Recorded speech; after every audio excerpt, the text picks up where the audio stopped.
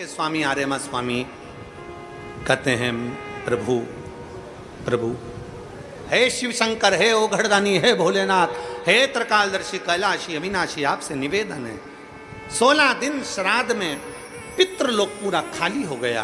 पितरों को लाकर मैंने मृत्यु लोक में छोड़ दिया। सारे पितृ, सारे पूर्वज जितने मर कर चले जाते हैं वो 16 दिन पृथ्वी पर आकर इन जीवों के रूप में फिरते हैं। दिखते नहीं हैं, जीव के रूप में रहते हैं, अणु जैसे। आपको क्या कहें, आप में से किसी ने एक आध बार ऐसा करा है क्या कि धूप में से कांच की रोशनी को छांव में दिखाओ? किसी ने करा है?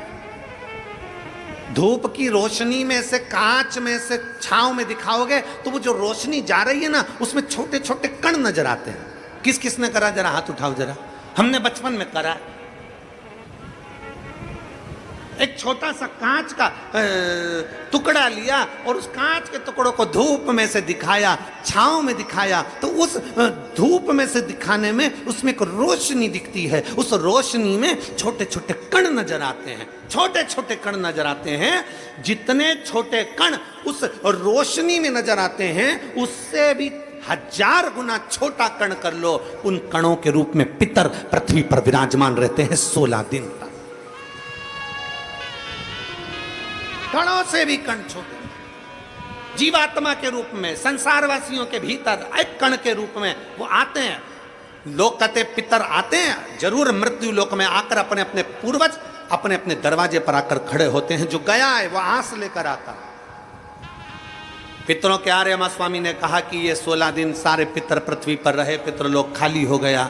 ये सब पितृलोक से आए हैं, इनके परिवार वाले भोजन देंगे, ये आस लेकर आए हैं। क्योंकि जैसे घर की बहू को सास से आस रहती है कि मेरी सास मुझे सोने की अंगूठी देगी, मेरी सास मुझे पायल देगी, मेरी सास मुझे वस्त्र देगी, मेरी सास मुझे ये देगी, उसी तरह घर के जो जीव चले गए, जो मर गए, जो शांत हो गए, जो चले गए, उनको आस रहती है कि हमारे घर का पर पोता, हमारे घर का पोता, हमारे घर का बेटा, हमारे घर की बेटी, हमारा दामाद, हमारा रिश्तेदार हमको भाग देगा। पहले घर जाते हैं, वहां नहीं मिलता तो नाना के घर जाते हैं, वहां नहीं मिलता तो फिर दूसरे बेटी दामाद के घर जाते हैं, कहीं से कुछ मिल जाए। तो आर्यमा स्वामी ने कहा अपने भोले बाबा से, हे शंभु, हे त्रिकालदर्शी, कैलाशी, ये 16 दिन श्राद्ध के पितृ रहते हैं पृथ्वी पर।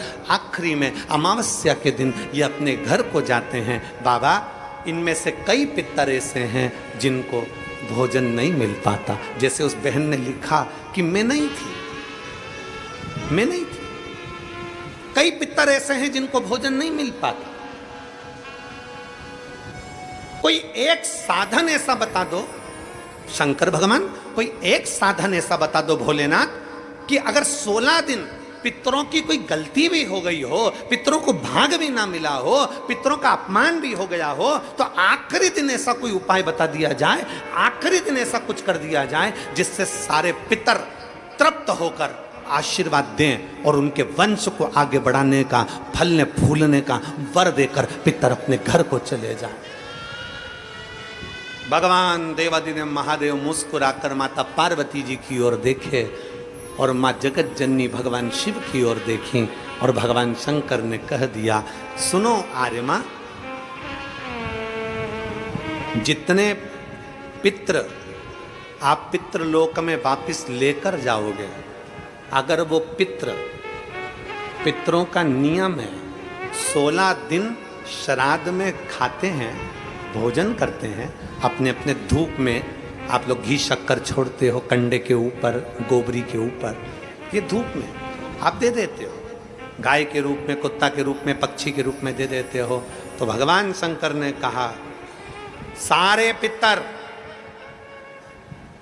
16 दिन भोजन करते हैं, अमावस्या के दिन इन पितरों को आप नदी, तालाब, बावड़ी, कुआं, सरोवर, जो पानी का स्थान हो, कोई नदी हो, कोई तालाब हो, कोई बावड़ी हो, कोई कुआं हो, कोई सरोवर हो, ये सारे पितर वहां पानी पीने के लिए आते हैं। जल पीने के लिए पितर पहुंचेंगे अपने गांव में जो नदी है, तालाब है, बावड़ी है, कुआं है, हैंडपंप है, हाकसी है, जो है उसके पास में ये जल पीने के लिए पहुंचेंगे। तो सुनो आर्यमा स्वामी, अगर संसार में रहने वाला मनुष्य पितृपक्ष की अमावस्या को, पितृमोक्ष अमावस्या को, जो कि कल 2 अक्टूबर की है, पितृपक्ष की अमावस्या, पितृमोक्ष अमावस्या जो कि कल 2 अक्टूबर की है, अगर पितृपक्ष अमावस्या के दिन प्रदोष के समय पर, प्रदोष का समय जानते हो ना, सूर्यास्त के समय जब होता है प्रदोष का समय, अगर घर का व्यक्ति एक घी का दीप लेकर उस जलाशय, नदी, तालाब, बावड़ी, कुआं, हेडपंप जो उसके पास में हो, जो जलाशय पास में हो, वहां पहुंचकर प्रदोष काल में दक्षिण की ओर दिया जो लगेगा उसमें बत्ती लंबी लगेगी, गोल बत्ती नहीं। कौन सी बत्ती? लंबी बत्ती। लंबी बत्ती जानते हो सब लोग? कपास की जो बाती होती है वो लंबी वाली, गोल बाती नहीं, फूल बाती नहीं, लंबी बाती। कपास की बाती को लंबा कर कर वो बाती घी के दिए में रखकर, बाती का मुख दक्षिण का कर कर अगर दीप प्रज्वलित किया जाता है तो वो घर के पितर कभी बद्दुआ नहीं देते, उन पितर आशीर्वाद देकर ही जाते हैं। हमसे अगर अपमान हो गया, भोजन ना करा पाए, भाग ना दे पाए, कुछ तकलीफ हो गई, कोई कष्ट आ गया, हम हमारे पूर्वजों को नहीं पूछ पाए, तो पितृ मोक्ष अमावस्या के दिन मतलब कल 2 अक्टूबर को शाम के समय प्रदोष काल में अपने पास में जो नदी हो, अपने पास में जो बावड़ी हो, अपने पास में जो कुआं हो, अपने पास में जो हापसी हो, अपने पास में जो हो तुम्हारे नजदीक में, और अगर कुआं, बावड़ी, हापसी, तालाब कुछ भी नहीं हो तो पीपल का पेड़ या बड़ का बट वृक्ष या पीपल का वृक्ष या बेलपत्री का वृक्ष, इसके नीचे, अगर तालाब, नदी, कुआं, बावड़ी नहीं है तो उस वृक्ष के नीचे अगर दक्षिण की ओर बाती का मुख कर दिया जाए और वहीं पर बाती को जला दिया जाए, उस दीपक को प्रज्वलित कर दिया जाए और अपने पूर्वजों को प्रणाम कर कर वापिस अपने घर पर आइए, पितृदोष कभी नहीं हो सकता, पितृ शांत ही रहेंगे, पितृ शांत ही रहेंगे। भगवान शिव कहते हैं, सुनो आर्यमा स्वामी, ये प्रदोष काल का समय मेरा, और शंकर भगवान कहते हैं ये मेरा और पार्वती के भ्रमण का समय है। प्रदोष काल का समय 33 कोटि देवता, भगवान इंद्र अपनी इंद्राणी के साथ रोज घूमने नहीं जाते, नारायण भगवान अपनी लक्ष्मी के साथ रोज घूमने नहीं जाते, 33 कोटि देवता अपनी अपनी धर्म पत्नी के साथ रोज घूमने नहीं जाते, पर केवल एक देवादिदेव महादेव ऐसे हैं जो अपनी धर्म पत्नी के साथ नंदी पर बैठकर प्रत्येक दिन, प्रतिदिन प्रदोष काल में शाम के समय मेरे शंकर पार्वती भ्रमण पर जाते हैं। भ्रमण।